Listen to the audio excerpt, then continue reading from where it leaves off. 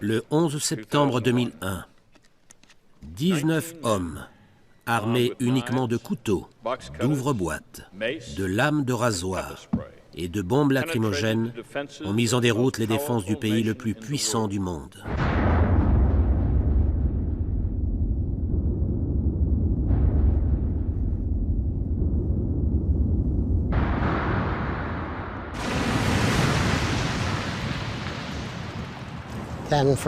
Pendant des jours et des jours, quand on regardait par là, on voyait de la fumée descendre.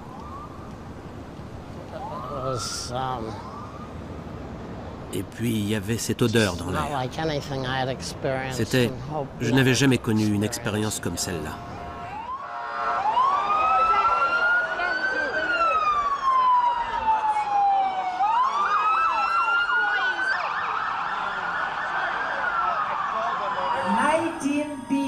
Ces 19 personnes qui ont tué 3000 Américains sont tous musulmans. On ne veut pas de mosquée à Ground Zero.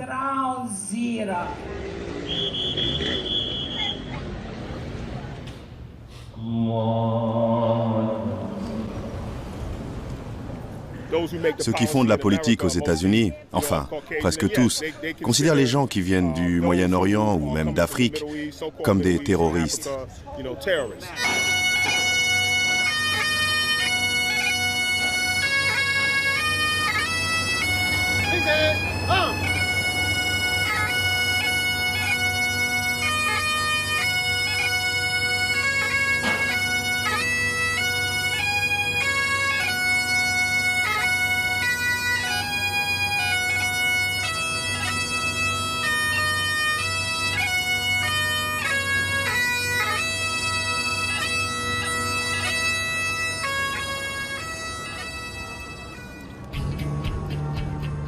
Il y a 10 ans, le mardi 11 septembre 2001, New York se réveille tranquillement. Downtown à Greenwich Village, les touristes sont déjà en vadrouille. Le temps est magnifique, c'est un jour d'élection primaire municipale et les New-Yorkais prennent leur temps avant de se rendre au travail. D'autant qu'il y avait un match important de football américain la veille au soir concernant l'équipe de la ville, les Giants. C'est une chance. Beaucoup de New-Yorkais vont ainsi éviter le pire.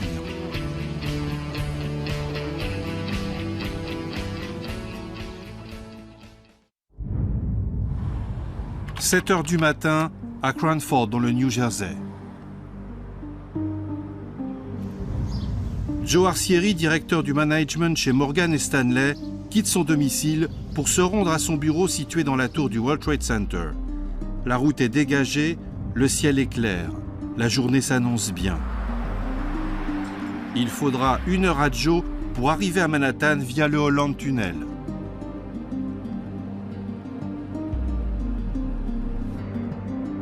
« 7h59, la tragédie commence à 200 km de là, à l'aéroport de Boston.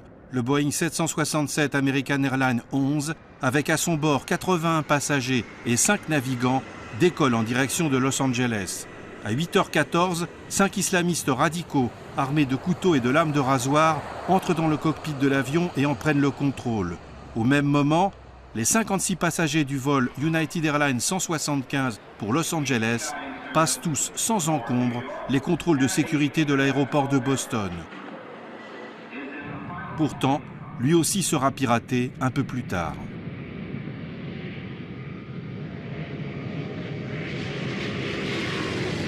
« 8h45, Joe travaille dans son bureau au 72e étage de la tour sud du World Trade Center. Voilà, ça c'est un plan du 72e étage de la tour sud. Et mon bureau était à peu près là, face au sud. Alors, quand le premier avion a percuté la tour, je n'ai pas très bien compris ce qui se passait.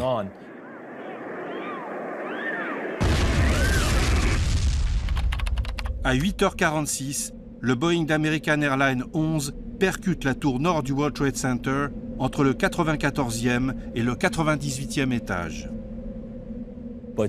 Quelqu'un qui travaillait au même étage que moi, mais de l'autre côté, face au nord, est venu me dire que la tour nord était en feu.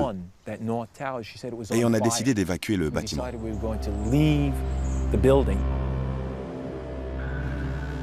Joe réussit avec 5 de ses collègues à prendre l'un des derniers ascenseurs jusqu'au 44e étage. Impossible de descendre plus bas. On a discuté un moment et puis on a décidé de continuer à descendre par les escaliers. On est donc parti du 44e étage et en arrivant un peu plus bas, je crois que c'était entre le 38e et le 39e étage, le bâtiment s'est mis à trembler terriblement. Il s'était passé quelque chose. On ne pouvait même pas se tenir debout. On était terrorisés. J'ai même cru que le bâtiment était fichu, qu'il allait s'effondrer. Et en fait, ce qui était arrivé à ce moment-là, c'est que le deuxième avion avait percuté notre tour.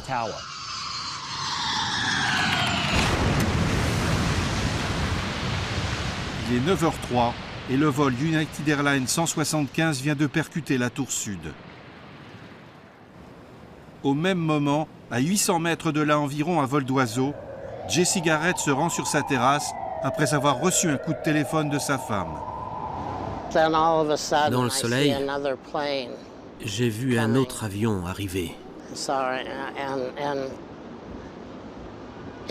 et percuter la tour.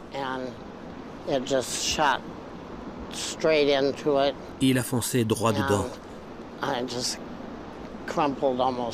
J'étais tellement choqué que j'en suis presque tombé à genoux. À ce moment-là, le nuage de fumée était devenu gigantesque. J'ai essayé de me calmer et je suis resté comme ça, à regarder pendant 5 minutes, en essayant de comprendre ce qu'il se passait.